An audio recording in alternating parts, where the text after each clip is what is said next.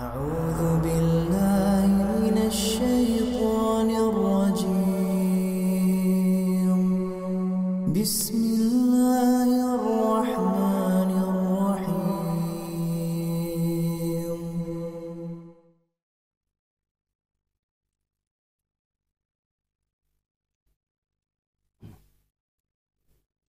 Bismillahirrahmanirrahim. Assalamualaikum warahmatullahi wabarakatuh.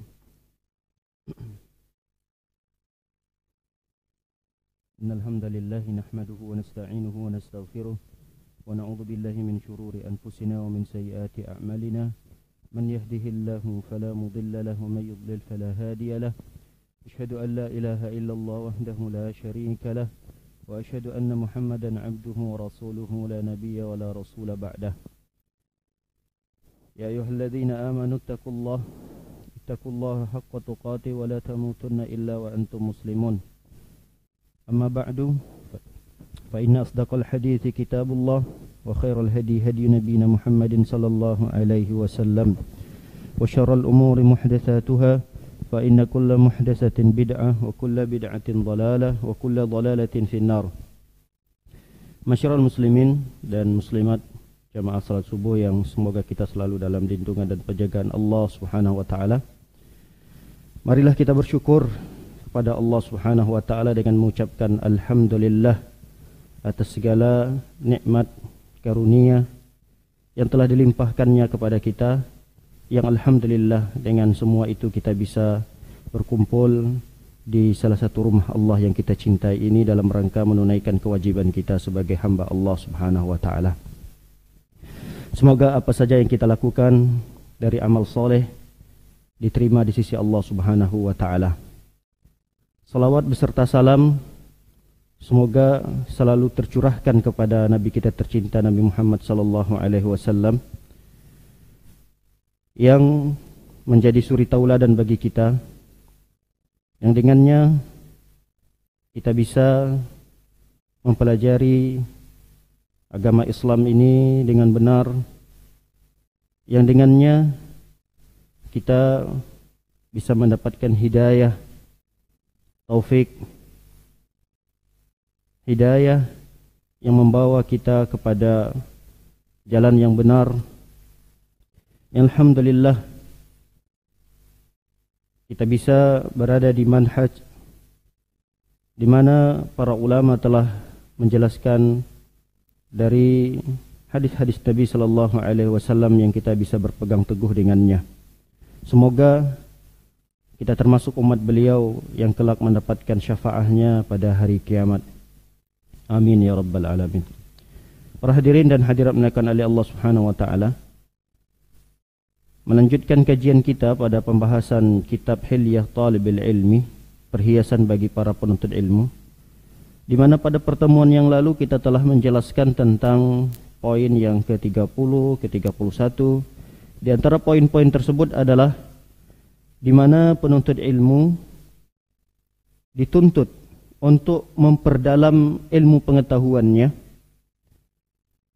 yang dengannya dia bisa mengeluarkan cabang-cabang hukum dari sumber ilmu dari Rasul sallallahu alaihi wasallam, dari Al-Qur'an, dari hadis. Lalu kemudian dia perdalami Al-Qur'an tersebut, dia perdalami hadis tersebut, sehingga dia bisa mengumpulkan banyak cabang-cabang ilmu yang terlahir dari sumber hukum tersebut. Apalagi dalam masalah-masalah kontemporer yang ini tidak kita dapati di zaman Rasul sallallahu alaihi wasallam, tapi di zaman Rasulullah sudah ada sumber itu, sudah ada akar permasalahannya, tinggal para ulama memunculkan cabang-cabang dari akar permasalahan yang sudah ada di zaman Rasul sallallahu alaihi wasallam. Lalu kemudian penuntut ilmu dituntut di saat menuntut ilmu agar mengembalikan, menyandarkan dirinya kepada Allah Subhanahu wa taala. Jangan mengandalkan kecerdasannya, jangan mengandalkan tingginya IQ. Seakan-akan ketinggian IQ seseorang tersebut mudah bagi dia untuk mempelajari agama ini. Tidak. Tapi hendaknya seseorang itu ketika ingin mempelajari ilmu agama, ingin meraih ilmu, maka sandarkan dirinya kepada Allah Subhanahu wa taala. Artinya, perbanyak doa. Minta kepada Allah Subhanahu wa taala agar diberikan kemudahan untuk memahami ilmu agama yang kita pelajari. Baik, poin yang berikutnya yaitu poin yang ke-32. Di antara adab penuntut ilmu yang hendaknya dia menghiasi dirinya tersebut dengan adab ini, yaitu al-amanatu al-ilmiyah. Amanah. Penuntut ilmu itu dituntut untuk amanah secara ilmiah. Jadi apa yang dia sampaikan, apa yang dia tuliskan harus amanah. Jangan dipotong-potong. Sebahagian diambil, sebahagiannya dibuang. Ini akan menyebabkan kesalahpahaman di dalam beragama. Seorang penuntut ilmu, dia harus amanah. Jangan hanya mengambil sebahagian dalil, lalu kemudian meninggalkan sebahagiannya. Ini akan memunculkan kekeliruan-kekeliruan di dalam beragama. Penuntut ilmu tidak boleh seperti itu. Penuntut ilmu dia harus memiliki sifat amanah. Amanah ya, dia harus bisa dipercaya di dalam menuntut ilmunya, di dalam mengemban ilmunya, di dalam mengamalkan ilmunya, di dalam menyampaikan ilmunya. Banyak hal. Seseorang itu harus amanah tatkala menuntut ilmu, mengemban ilmu, mengamalkan ilmunya, menyampaikan ilmunya. Karena kata Syekh Bakar Abu Zaid mengatakan, fa inna falahal ummah fi salahi a'maliha.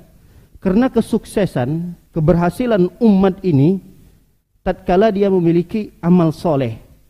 Amalannya itu baik. Amalannya bagus. Wa salahu a'maliha wa salaha a'maliha fi sihhati ulumiha. Dan enggak mungkin seseorang itu memiliki amal soleh kalau ilmunya tidak sahih. Tidak mungkin seseorang itu dikatakan beramal soleh kalau amalan yang dia kerjakan itu tidak bersumber dari ilmu-ilmu yang valid, ilmu-ilmu yang sahih, kebenarannya itu benar datang dari Rasul sallallahu alaihi wasallam. Wa sihhata ulumiha fi an yakuna rijaluha umana fi ma yarwuna aw yasifun. Dan enggak mungkin ilmu itu dikatakan sahih, enggak mungkin ilmu itu dikatakan benar kecuali diambil dari guru-guru yang amanah. Guru-guru yang amanah itulah yang meriwayatkan, yang mengajarkan ilmu-ilmu ini kepada kita.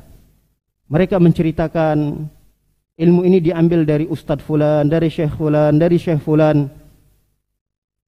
Maka amalan yang kita kerjakan, dari ibadah yang kita kerjakan, itu enggak mungkin dikatakan baik.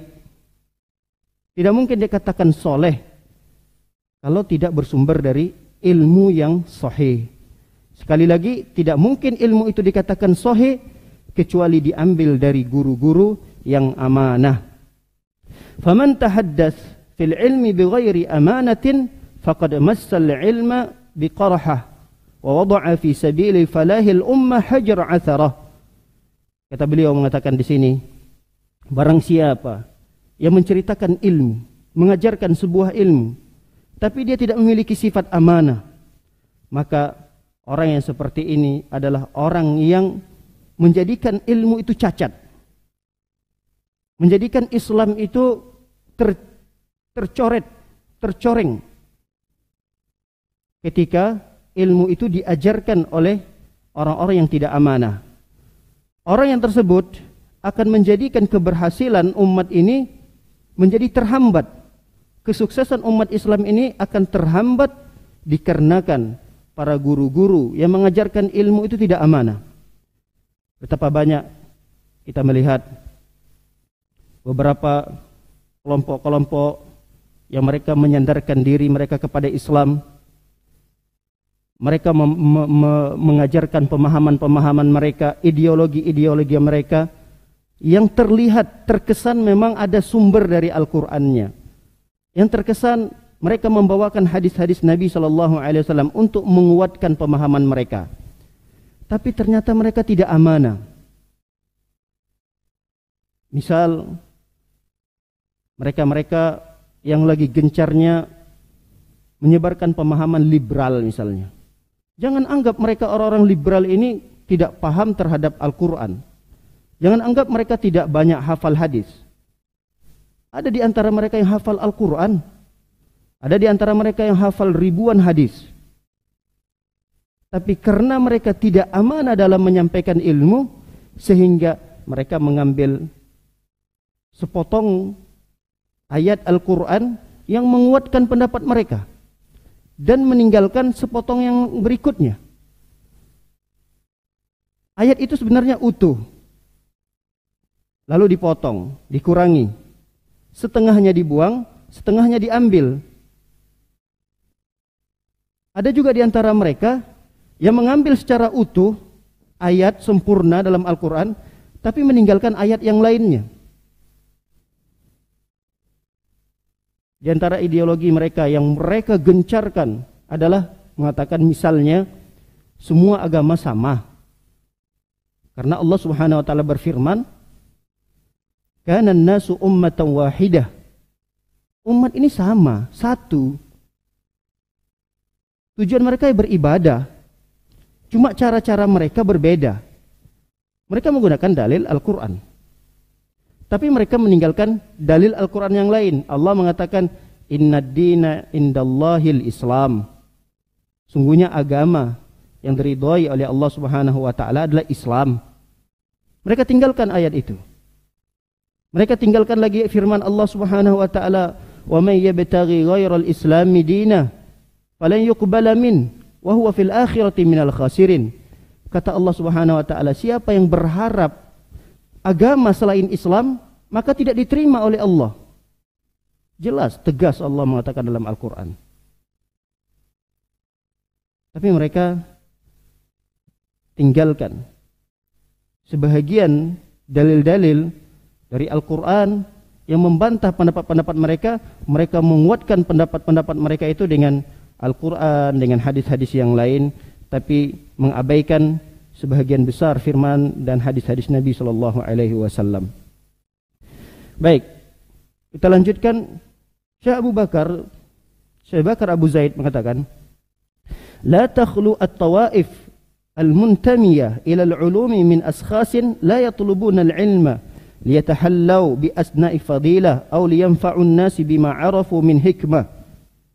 Kata beliau, tidak terlepas kadang-kadang kita ini dengan kelompok-kelompok yang mereka muntamiyah, menyandarkan diri mereka kepada seseorang.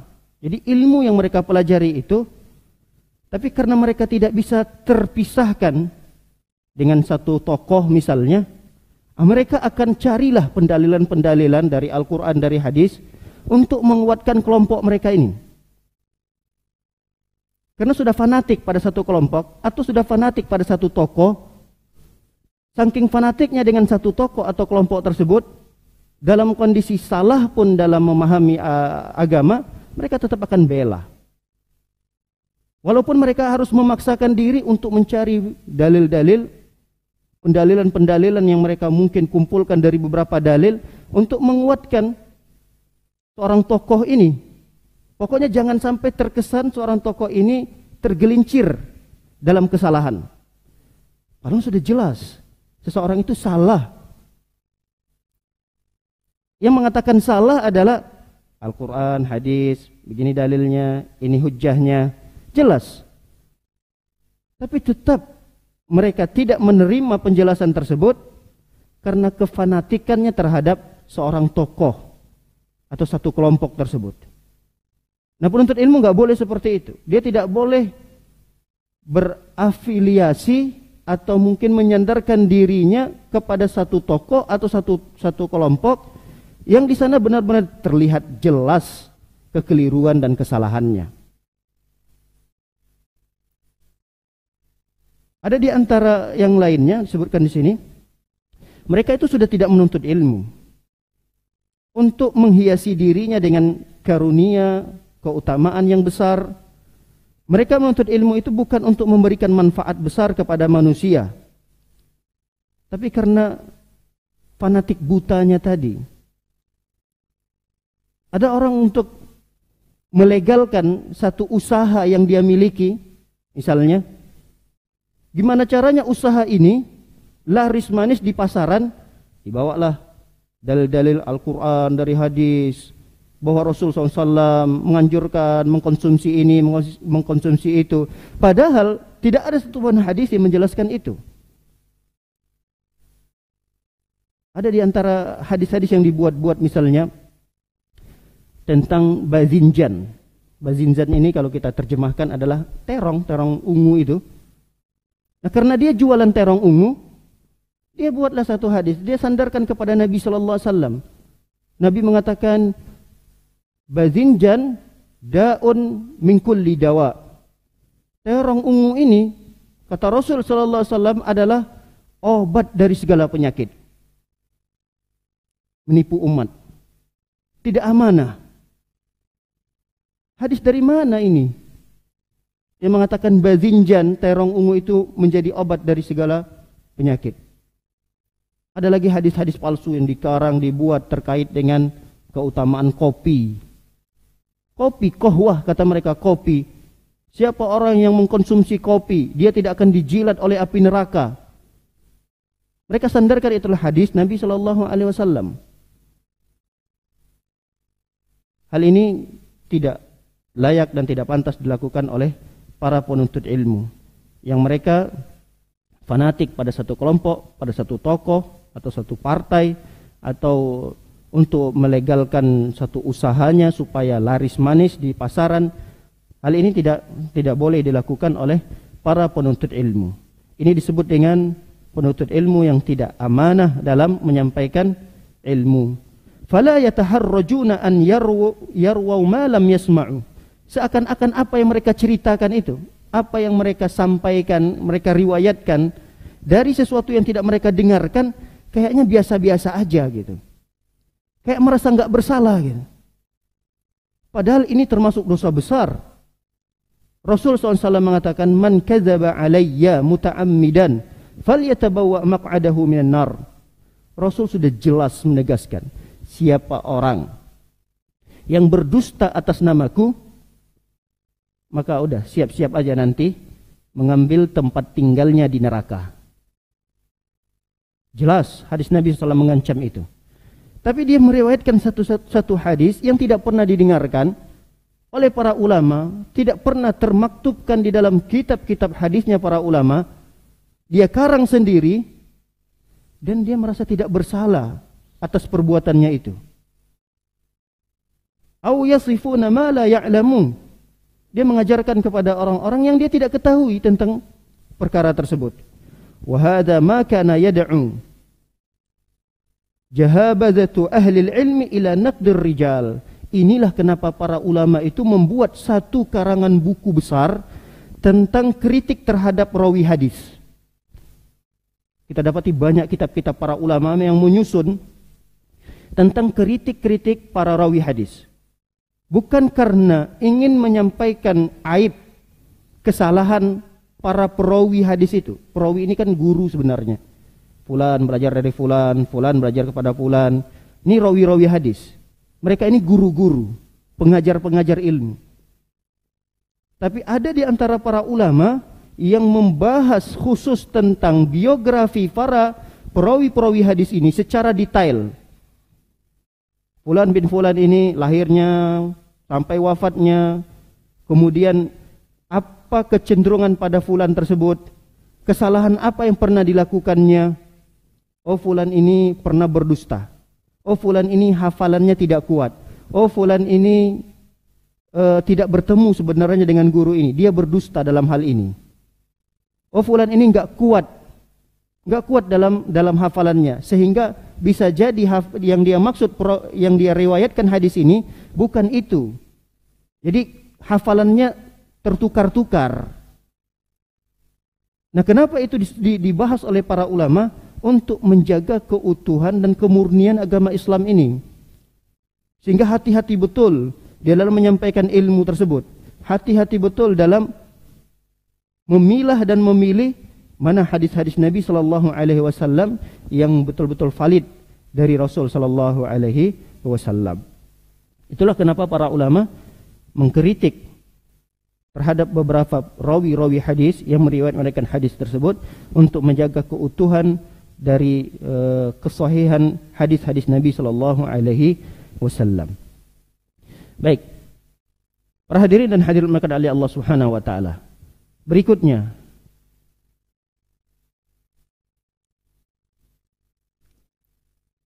baik, adab yang berikutnya ialah adab yang ke-33. As-sidqu. Penuntut ilmu itu harus memiliki adab as-sidqu, jujur. Dia tidak boleh berbohong. Jujur. Sidqul al-hijjati. Sidqu al-lahjati. Lahja ini berbicara. Dia harus jujur, harus benar dalam berbicara. Dan ketika penuntut ilmu memiliki sifat ini adalah unwanul waqar. Menunjukkan bahwa penuntut ilmu itu memiliki wibawa. Menunjukkan bahwa penuntut ilmu itu syarfun nafs, memiliki kemuliaan diri. Dengan jujurnya dia tersebut menunjukkan bahwa hatinya bersih. Penuntut ilmu itu harus hatinya bersih. Bagaimana kita tahu bahwa penuntut ilmu yang hatinya bersih? Dia harus jujur dalam berbicara. Wasumul himma, dia harus punya semangat yang tinggi dalam menuntut ilmu. Warjhanul aql, dia harus memiliki akal yang bersih. Kecerdasan dalam berfikir. Warusulul mawadda ma'al khalqi, ini yang akan mengantarkan dia kepada kecintaan manusia. Jadi orang-orang akan suka terhadap penuntut ilmu kalau penuntut ilmu itu jujur. Tapi sebaliknya, di mana ketika kita mendapati penuntut ilmu itu sudah tidak jujur lagi, suka berbohong, menyampaikan janji-janji manis, tapi tidak pernah itu didapatkan oleh para jamaahnya misalnya. Ini akan mengakibatkan kepercayaan umat kepada guru tersebut akan hilang. Kita mungkin mendapati atau pernah belajar dengan seorang ustadz yang Masya Allah keilmuannya bagus gitu. Tapi lama-kelamaan udah mulai banyak berbohongnya. Banyak berbohongnya, tidak sesuai ucapannya itu dengan kenyataan. Bahkan ada ustadz yang tidak sesuai ucapannya itu dengan keyakinan. Kalau dengan kenyataan saja mungkin banyak. Tapi ada yang lebih parah daripada itu, ucapannya itu tidak sesuai dengan apa yang dia yakini. Itu lebih parah lagi. Nah, penuntut ilmu dia harus memiliki adab ini. As-sidqu, jujur. Jujur. Bukan hanya jujur dalam perkara menyampaikan ilmu, tidak. Dalam perkara muamalah, dalam kesehariannya, dalam pembicaraan-pembicaraan biasa. Mungkin dia pernah mengikat suatu perjanjian dengan jamaahnya. Dia harus benar-benar menepati itu. Jangan sampai terlihat celah. Dari celah tersebut menjadikan seorang dai itu tidak diterima di masyarakat. Bukan artinya dai itu harus maksum, tidak. Dai itu tidak mungkin dia tidak terlepas dari kesalahan. Pasti ada kesalahan-kesalahan yang dia lakukan. Cuma sengaja dalam melakukan kesalahan itu tidak benar. Apalagi terus-menerus melakukan kesalahan itu, tidak 1, 2, 3, 4 kali, tapi terus-menerus dia melakukan kesalahan itu. Apalagi dalam hal ini adalah tidak jujur, maka ini tidak layak dimiliki oleh para penuntut ilmu. Kalaulah seorang penuntut ilmu itu dia jujur, selalu menghiasi dirinya dengan sifat jujur ini, dipastikan umat, para jamaah akan senang kepada dia, akan sayang kepada dia, akan cinta kepada dia. Wasa'adatul jamaah, dan inilah kebahagiaan yang dirasakan oleh para jamaahnya tersebut. Wasiyanatud diyanah, dan apa yang dia lakukan dari kejujuran ini upaya dia untuk menjaga agama ini. Karena agama kita ini adalah agama yang mengajarkan kejujuran. Nabi SAW mengajarkan kita kepada kejujuran. Bahkan Rasul sallallahu alaihi wasallam mengancam dengan sifat kemunafikan bagi orang-orang yang tidak jujur. Walihada kata beliau, kana fardu ainin faya khaybah man farrata fiha. Oleh karena itu kata beliau, sifat jujur ini hukumnya fardu ain. Wajib hukumnya perorangan memiliki sifat jujur ini. Faya khaybah, sungguh merugilah man farrata fiha, orang-orang yang lalai, yang mengabaikan sifat jujur pada diri penuntut ilmu. Wa man fa'ala faqad massa nafsahu wa ilmahu bi'adza. Siapa orang yang mengabaikan sifat jujur ini, berbicara dusta, maka sungguh dia telah menjadikan dirinya dan ilmu yang dia miliki menjadi cacat, menjadi tercelah. Tidak hanya dirinya, tapi ilmu. Ilmu ini sebenarnya kan dia suatu hal yang suci gitu, karena bersumberkan dari Al-Quran, dari hadis. Tapi ilmu yang tadinya dia bersih, suci, bersumber dari Al-Quran, dari hadis, menjadi cacat hanya karena adab yang dia miliki tidak dia hiasi dengan sifat as-sidqu ini, jujur. Oleh karenanya para hadirin dan hadirat melakukan oleh Allah Subhanahu wa taala, kita dapati murid-murid Nabi sallallahu alaihi wasallam, merekalah para sahabat. Para sahabat ini kelak akan menjadi guru-guru besar dari para tabi'in, yang mereka memiliki murid-murid tabi'in. Para tabi'in ini akan menjadi guru-guru besar, yang karena mereka memiliki murid-murid atba'ut tabi'in, dan seterusnya. Lihat para diri mereka. Mereka itu menghiasi diri mereka dengan sifat jujur ini, sehingga mereka digelar dengan as-siddiq, seperti Abu Bakar. Jelas dalam Al-Quran Allah mengatakan siapa orang yang mentaati Allah, mentaati Rasul, mereka kelak akan bersama para Rasul, para Nabi, para Siddiqin, asy-syuhada. Bahkan tingkatan Siddiqin ini lebih utama daripada syuhada. Rasul sallallahu alaihi wasallam saja yang dari kecilnya, remajanya belum diangkat menjadi Rasul ini, Nabi kita tercinta. Jauh. Rasul diangkat menjadi Nabi umur 40 tahun.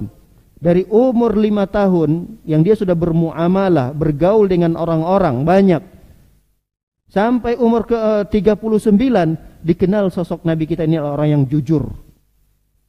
Ketika diangkat menjadi Rasul, seakan-akan kejujurannya hilang. Orang udah gak percaya lagi dengan Nabi Sallallahu Alaihi Wasallam. Orang-orang kafir Quraisy ketika itu. Ini sosok Nabi yang sudah dari awal, dari kecil dikenal dengan jujur, pun masih ditolak ajarannya. Apalagi kalau seorang dai dikenal di tengah-tengah masyarakat dia suka berbohong, bagaimana mungkin apa yang dia sampaikan akan didengar? Yang jujur saja, yang jujur, yang tidak pernah terdapat jejak jelek pada dirinya, ajarannya aja masih ditolak. Maka pantaslah para penuntut ilmu harus menghiasi dirinya dengan kejujuran. Tidak hanya dalam menyampaikan. Kalau menyampaikan tadi kita sudah jelaskan, ini adalah perkara amanah ilmiah. Beda lagi, amanah ilmiah itu satu sisi yang menjelaskan tentang apa yang dia sampaikan. Ilmu yang dia pelajari, dia harus sampaikan dengan amanah. Kalau sifat jujur ini dalam segala hal. Dalam hal muamalah, dalam keseharian, dalam bergaulnya dia dengan banyak orang, dia harus jaga ini. Bolehkah seorang dai itu berdusta?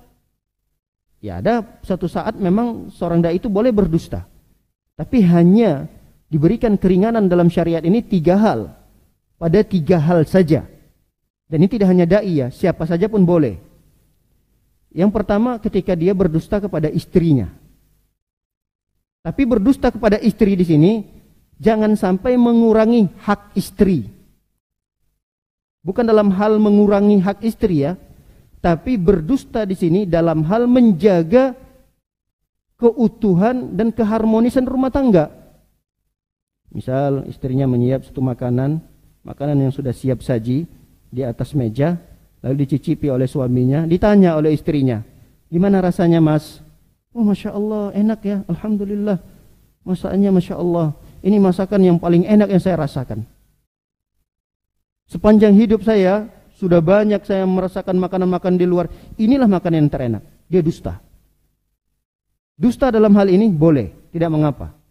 Untuk menjaga keharmonisan, keutuhan rumah tangganya, akan semakin bahagia istrinya, tidak ada masalah. Tapi kalau dia berbohong dalam hal mengurangi hak istrinya, ditanya oleh istrinya, mas ada uang belanja? Hari ini nggak ada uang belanja. Nggak ada.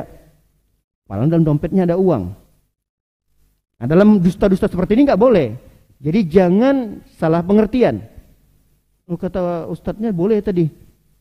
Boleh, dusta kepada istri boleh. Nah, jangan dalam segala hal, harus dipahami. Yang kedua, boleh seseorang itu berdusta ketika dia mendamaikan dua orang yang sedang berseteru atau dua kelompok yang sedang berseteru.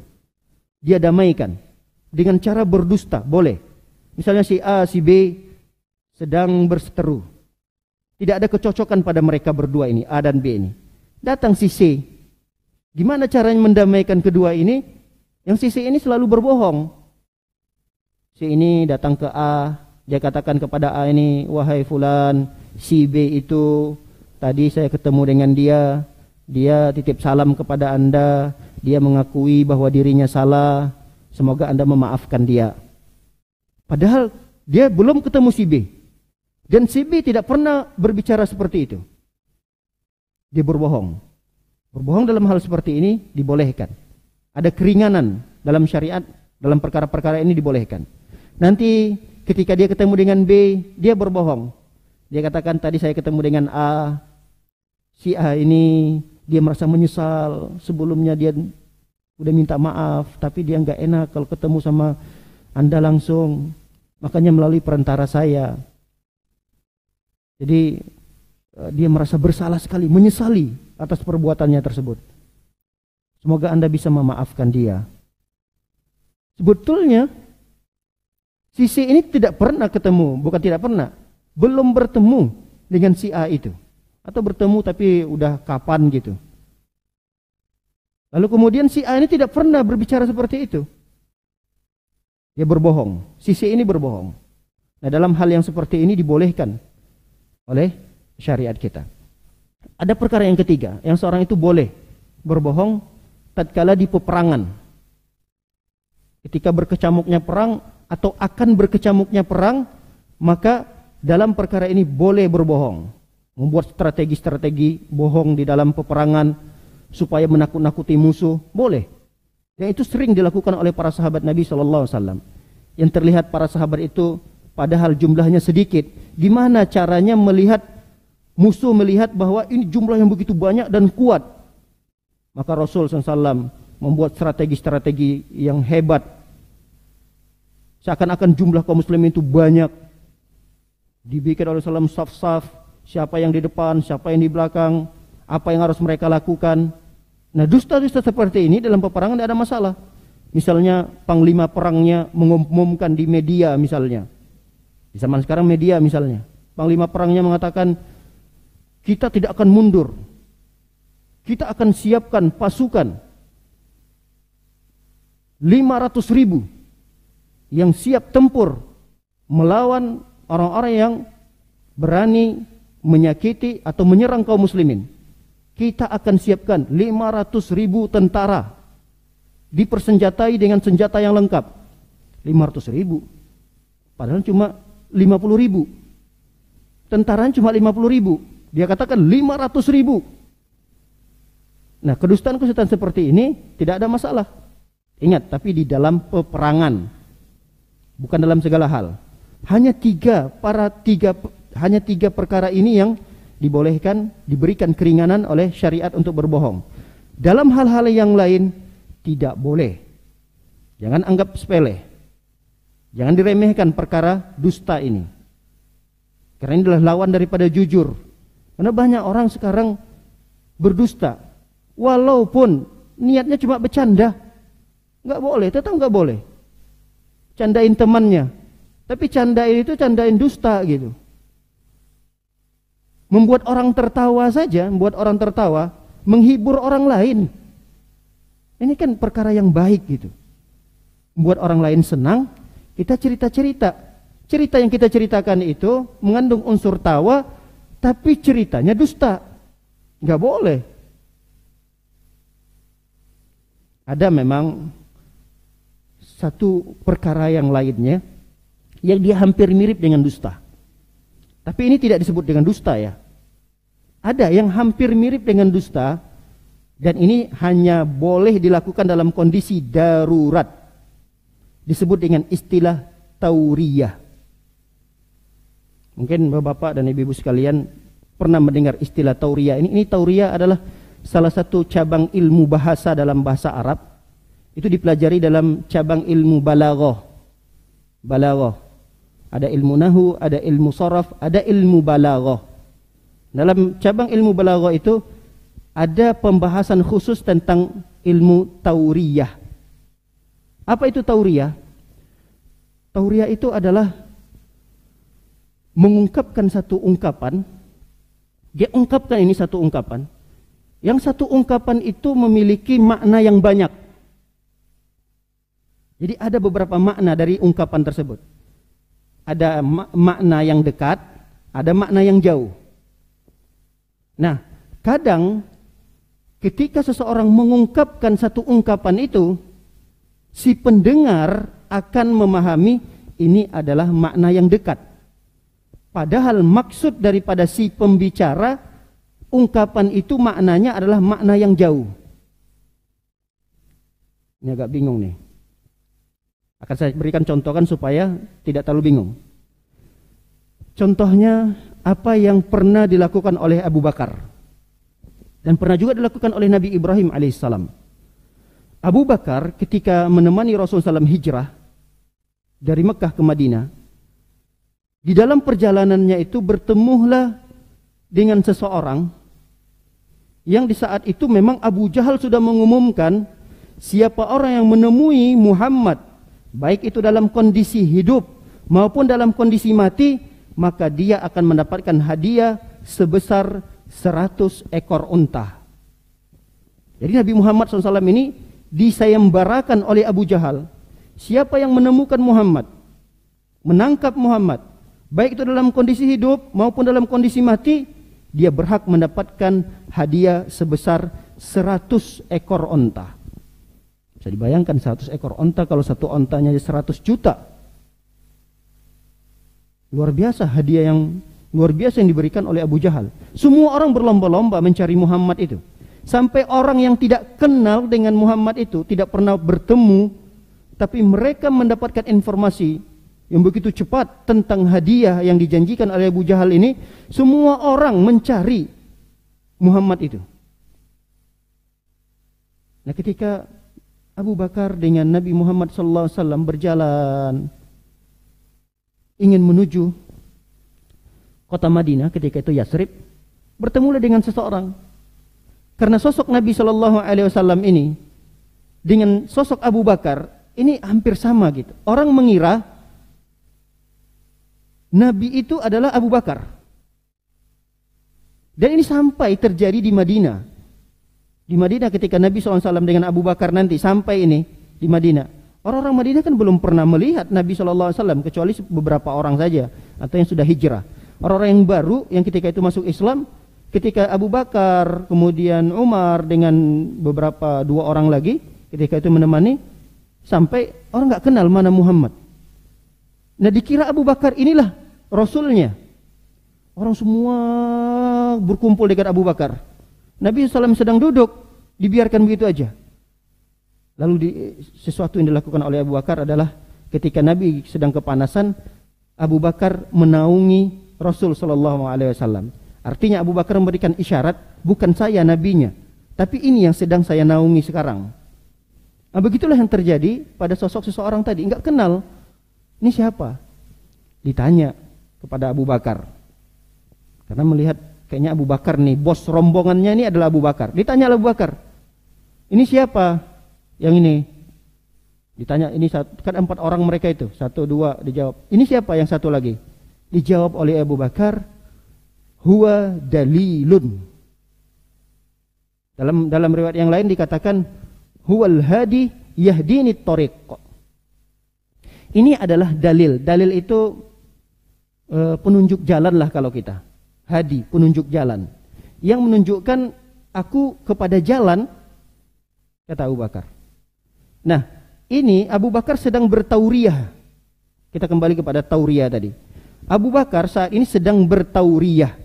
Tauriyah itu adalah satu ungkapan, yang ungkapan itu mengandung makna yang banyak. Seperti tadi, ungkapan Abu Bakar mengatakan dia adalah penunjuk jalan. Nah, ungkapan itu maknanya banyak.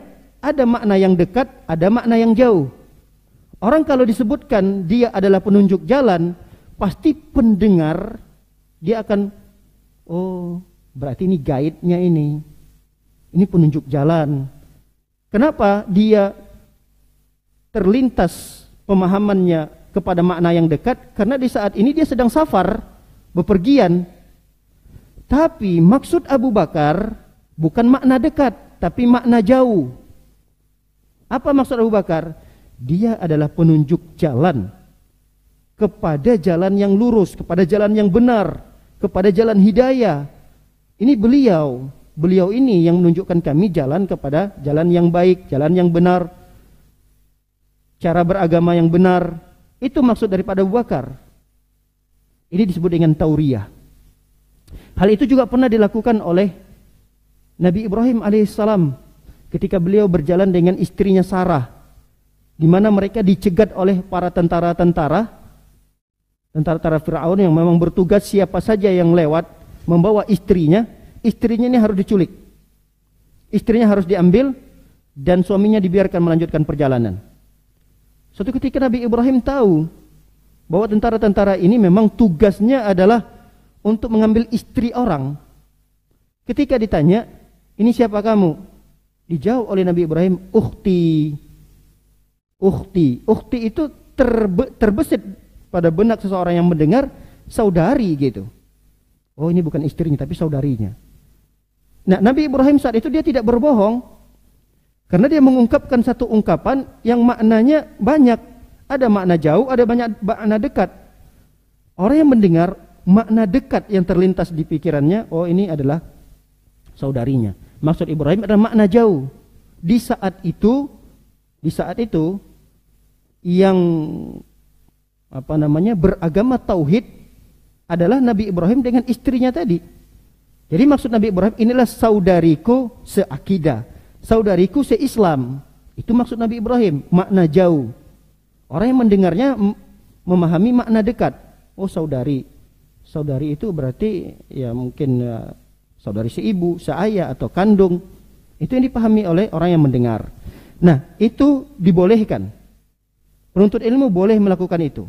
Namun, ini hanya dilakukan dalam kondisi darurat. Tidak boleh bermudah-mudahan. Ketika dia berbicara kepada orang, dia ngeles, dia gunakan bahasa-bahasa yang multi makna. Orang akan memahami makna dekat, tapi dia maksudnya makna jauh. Dia gunakan tauriyah itu dalam kondisi tidak darurat, haram hukumnya. Itu sama saja seperti berdusta. Harus dipahami. Kadang ada orang yang keliru. Dia ingin mengkelabui orang lain. Ustadz, maksud saya mau bertauriyah. Saya tidak berdusta dalam hal ini. Saya menggunakan tauriyah yang diajarkan dalam satu buku tadi, atau buku bahasa tadi, untuk penyempurnaan bahasa. Ada nahu, ada sharaf, ada balaghah, ada pembahasan khusus tentang tauriyah itu. Tapi ingat, tauriyah itu sekali lagi tidak bermudah-mudahan seseorang menggunakannya, karena bisa jadi apa yang dilakukan itu tetap haram hukumnya. Baik para hadirin dan hadirin melakukan oleh Allah Subhanahu wa taala.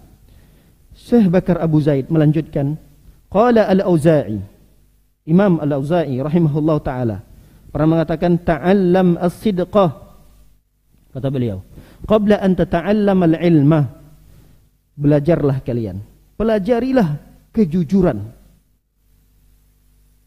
sebelum kalian belajar ilmu. Sebelum kita menuntut ilmu, pelajari dulu kejujuran ini. Tanami dulu pada diri kita sifat jujur ini. Sebagaimana Rasul sallallahu alaihi wasallam. Rasul sebelum diangkat menjadi nabi, menjadi rasul, beliau sudah bersemayam kuat, kokoh sifat kejujuran itu pada diri beliau. Inilah dinasihati oleh Al-Imam Al-Auza'i ini. Kata beliau, belajarlah, pelajarilah kejujuran sebelum kalian belajar ilmu. Wa qala al-Waqi', Imam Waqi' juga pernah mengatakan rahimahullah, hadhihi sun'ah la yartafi'u fiha illa sadiqun. Seseorang apapun profesinya, apapun pekerjaannya, dia tidak akan terangkat, termuliakan kecuali dengan sifat jujurnya. Apapun profesi seorang tersebut, baik dia guru, baik dia petani, baik dia pegawai, apapun profesinya, baik dia dokter, apa yang mengangkat dirinya menjadi tinggi, ya sifat jujur itu. Semakin dia jujur, semakin tidak pernah terdapatkan pada dirinya satu kedustaan oleh orang lain. Dia punya banyak ratusan, mungkin ribuan teman. Dari ratusan, dari ribuan teman, enggak pernah mendapati si fulan itu dusta. Pasti jujur. Dengan begitu, dia akan terangkat derajatnya. Ini nasihat daripada Waqi', guru Imam Syafi'i. Penuntut ilmu juga begitu. Penuntut ilmu itu dia tidak akan hina di mata masyarakat. Walaupun belum terlalu banyak hafal Al-Qur'annya, hadisnya cuma sedikit, tapi dia dilihat oleh orang, Masya Allah ini penuntut ilmu gitu. Akan semakin kagum masyarakat itu tatkala si penuntut ilmu ini memiliki sifat jujur. Ini harus kita ajarkan kepada anak-anak kita. Ketika kita mendapati sekali, dua kali anak kita berdusta, jangan dibiarkan. Jangan dibiarkan. Karena sekali, dua kali, tiga kali dia berdusta, dia akan suka berdusta terus dan terus akan berdusta. Benar kata Rasul sallallahu alaihi wasallam, iyyaka wal kadzib. Kata Rasulullah, hati-hati kalian dengan sifat kadzib. Karena sifat kadzib ini yahdi ilal fujur, dia akan melahirkan dosa-dosa yang lain. Dusta ini dosa. Dengan kedustaan ini dia akan melahirkan dusta-dusta yang lain. Bahkan akan melahirkan dosa-dosa yang lain.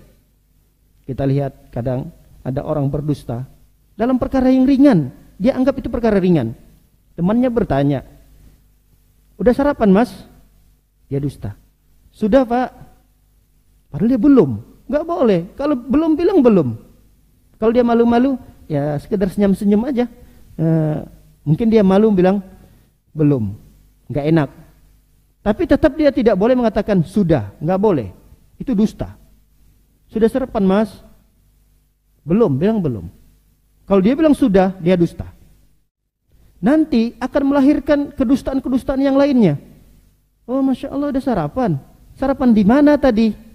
Tanya lagi kan? Tadi pak waktu mau jalan ke sini. Dusta. Dua. Oh tadi sarapan di jalan? Iya. Tadi sarapan apa? Sarapan apa? Ya katakan lontong. Dusta lagi. Makanya hati-hati dengan dusta. Ketika kita mendapati anak kita berdusta sekali, kita biarkan, maklumlah, biasalah, dia kan ingin membela dirinya. Biarkan sajalah. Yang penting dia mau berbicara, mau mengungkapkan dirinya, mau menceritakan apa yang ada pada dirinya. Tapi cerita yang dia sebutkan itu dusta, jangan dibiarkan. Karena dia membela diri, karena dia baru nangisin adiknya, dia berdusta supaya menyelamatkan dirinya. Jangan dibiarkan, harus dinasihati. Karena dia kelak akan besar, tumbuh besar. Kalau kita biarkan di dalam kondisi terus menerus memiliki sifat itu, bahaya. Besarnya nanti akan bahaya. Dia akan suka berdusta, dan terus berdusta. Sulit bagi dia untuk menghilangkan sifat dusta itu, dan sulit pula bagi dia untuk memupuk sifat jujur pada dirinya. Karena penuntut ilmu tidak bisa dilepaskan dari sifat jujur ini. Baik, Para hadirin dan hadirat melakukan oleh Allah Subhanahu wa taala. Kita lanjutkan, Syekh Bakar Abu Zaid mengatakan, as-sidqu, beliau mendefinisikan kata jujur itu adalah ilqa'ul kalam ala wajhi mutabiq lil waqi' wal i'tiqad. Kata beliau, jujur itu adalah ilqa'ul kalam, seseorang itu berbicara ala wajhi mutabiq, sesuai lil waqi', kenyataan, wal i'tiqad, sesuai juga dengan keyakinan. Itu namanya jujur. Jadi dia berbicara, mengungkapkan satu ungkapan, yang ungkapan itu memang sesuai dengan kenyataan yang terjadi dan sesuai dengan yang dia yakini. Ini namanya jujur. Maka kata beliau, fasidqu min tariqin wahid. Kejujuran itu harus ada pada jalur yang satu.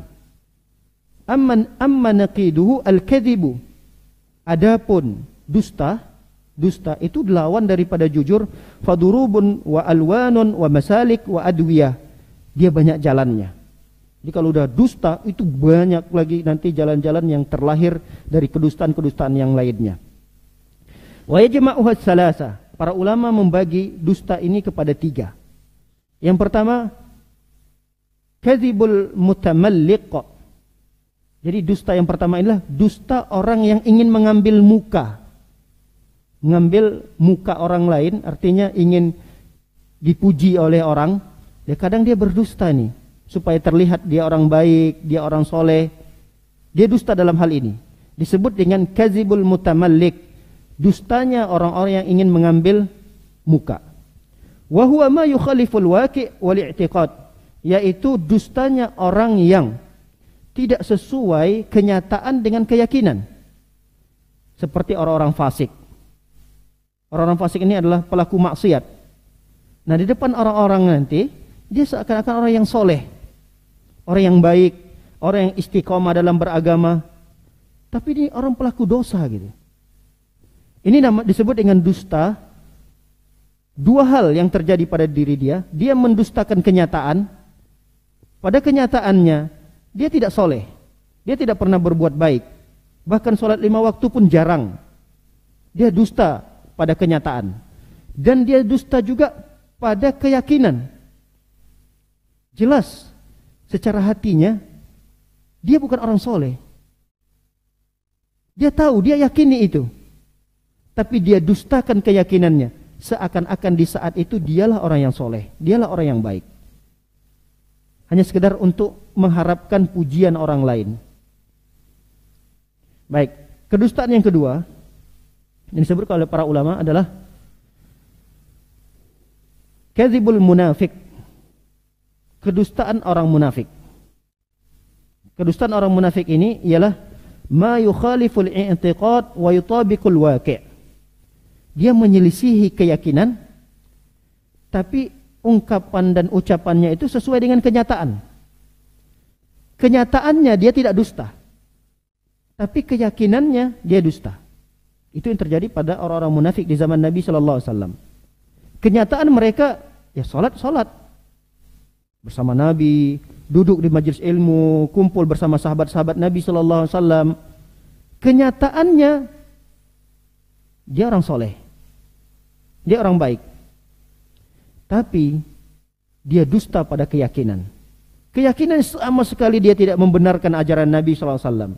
Dia benar-benar mencelah, membenci Nabi sallallahu alaihi wasallam dan ajaran yang dibawa oleh Nabi sallallahu alaihi wasallam. Ini disebut dengan kadzibul munafik. Kedustaan, kebohongan yang dimiliki oleh orang-orang munafik. Terlihat sekilas secara zahir, secara kenyataan dia adalah orang yang jujur, orang yang benar, tidak berbohong, sholat bersama Rasulullah, syariat-syariat Islam ditegakkan pada dirinya, tapi keyakinannya berbeda sekali dengan apa yang terlihat secara nyata. Ada yang ketiga disebut dengan kadzibul ghabi, kedustaan, kebohongan yang dimiliki oleh orang-orang yang ghabi. Orang ghabi ini orang bodoh lah, bisa terjemahkan orang bodoh, orang yang tidak tahu. Jadi orang yang bodoh juga memiliki kedustaan. Kadang dia nggak ngerti aja gitu. Dari sisi mana? Bima yukhaliful waqi' wa yutabiqul i'tiqad. Jadi ungkapannya, ucapannya itu menyelisihi, kebalikan orang munafik tadi, menyelisihi kenyataan tapi sesuai dengan keyakinan gitu. Kenyataannya itu tidak sesuai. Misal si A ini ketika dia melihat satu orang tokoh atau siapalah, ustadz, ini tokoh atau ustadz, dianggap oleh si A ini tadi, mohon maaf, dia orang jahil ya, orang bodoh, orang jahil. Dia punya ustadz. Nah, dia menganggap ustadznya ini adalah orang yang hebat, orang yang sakti, orang yang bisa mengetahui perkara-perkara perkara-perkara yang gaib. Ini dianggap pokoknya spesial lah ustadz ini. Nah, dia menganggap apa yang dimiliki oleh ustadz-ustadz, kelebihan-kelebihan oleh ustadz ini tadi, dianggap itu adalah bagian daripada kesolehan ustadz tersebut. Dari kesolehan ustadz tersebut, ustadz itu menjadi sakti. Dia mendustakan apa yang menjadi kenyataan. Kenapa si A tadi, yang si bodoh tadi, yang tidak tahu tadi, dikatakan dia berdusta secara kenyataan? Karena tidak ada orang soleh yang sakti. Dusta, gak ada orang soleh yang sakti. Coba sebutkan, siapa orang soleh yang punya kesaktian? Ada Ustadz Umar bin Khattab. Umar bin Khattab sakti. Tapi sakti yang seperti apa? Apakah sama yang seperti yang dimaksud orang yang tidak tahu tadi, orang jahil ini tadi, orang ghabi ini? Tidak. Orang yang ghabi ini tadi, orang yang jahil tadi, menganggap ustadznya atau tokohnya yang sakti ini berbeda. Saktinya bisa terbang, kebal dibacok, tidak mempan ditembak. Ini menyelisih kenyataan. Gak ada orang seperti itu. Ini namanya kadzibul ghabi. Keyakinannya, dia menganggap ustadz ini orang baik, memang sholat dan seterusnya. Tapi kenyataannya tidak sesuai. Tidak ada orang soleh yang seperti itu. Gak ada. Orang soleh dia sholat 5 waktu, dia duduk majlis taklim, dia berpuasa sunnah, sedekah banyak. Itu orang soleh. Jangan anggap kesolehan yang dia miliki itu lalu kemudian menjadikan orang itu sakti. Enggak. Inilah yang disebut dengan kadzibul ghabi oleh para ulama. Para hadirin dan hadirin mulakan oleh Allah Subhanahu wa taala, akibat daripada kedustaan-kedustaan yang dimiliki oleh penuntut ilmu ini berbahaya pada dirinya dan pada ilmu yang dia emban. Maka ada 3 perkara yang menjadikan rugi orang tersebut ketika dia menghiasi dirinya dengan kedustaan. 3 kerugian itu yang dia dapatkan. Kita tutup dengan ini. Yang pertama adalah faqdus thiqah fil qulub. Orang akan hilang kepercayaan orang akan hilang pada dirinya. Dia akan rugi. Selama ini dia puluhan tahun sudah menuntut ilmu, sudah sekian lama dia menghafal Quran, sudah sekian banyak hadis yang sudah dia hafal. Tapi kalau dia tidak menghiasi dirinya dengan kejujuran, udah, orang-orang akan kehilangan kepercayaan pada dia, pada penuntut ilmu tersebut. Orang udah gak percaya lagi. Itu yang pertama. Yang kedua, zahabu ilmika wanhisaru qabul. Jadi kerugian yang kedua yang dia dapatkan adalah hilangnya ilmu. Jadi orang yang berdusta, dia lambat laun ilmunya akan hilang. Kenapa? Udah gak bisa nyampaikan ilmu lagi. Setiap kali dia mau sampaikan, orang udah mendustakannya. Orang udah gak mau dengar. Ketika dia sudah banyak ilmu, tapi tidak ada orang yang mau belajar dengan dia, ya udah ilmunya lama-kelamaan akan hilang, dan orang kurang percaya. Udah enggak diterima sama orang. Disampaikannya pun hadis yang sahih, Al-Quran yang dia sampaikan, orang udah hilang kepercayaan, udah gak percaya lagi. Gak mau orang mendengarkannya. Itu yang kedua. Yang ketiga, alla tusaddaq walau sadaqta. Dan tidak ada orang yang percaya walaupun dalam kondisi engkau jujur saat ini. Karena dikenal dia pendusta. Jadi 10 yang dia sebutkan, tapi dari 10 itu orang mendapatkan 5 dusta gitu. 5-nya dia jujur. Yang 5 jujur dia sampaikan ini tetap orang tidak akan mau dengar. Jadi banyak kerugian yang akan didapatkan oleh para penuntut ilmu tatkala dia tidak memperhatikan adab yang ke-33 ini, yaitu hiasi diri dengan jujur. Jangan sekali-kali suka berdusta walaupun dalam perkara-perkara yang sepele. Berusahalah untuk menjadi orang jujur, jawab sesuai dengan pertanyaan. Kalau dia bertanya A, jawab A, B, B. Jangan bermain bahasa. Sekali lagi, jangan penuntut ilmu bermain bahasa, kecuali dalam kondisi darurat yang disebut dengan tauriyah tadi. Kalau tidak dalam kondisi darurat, jangan sekali-kali menggunakan tauriyah itu, karena itu akan menjadikan penuntut ilmu akan tercelah, tidak baik di sisi masyarakat. Baik, wallahu taala alam bisawab. Demikian kajian yang singkat ini, semoga bermanfaat. Barakallahu fikum. Semoga apa yang kita pelajari menjadi ilmu yang bermanfaat dan bisa kita amalkan dalam kehidupan kita sehari-hari. Wassallallahu ala nabiyina Muhammadin wa ala alihi washabbihi wasallam ajmain. Subhanakallahumma bihamdika asyhadu an la ilaha illa anta astaghfiruka wa atubu ilaik. Assalamualaikum warahmatullahi wabarakatuh.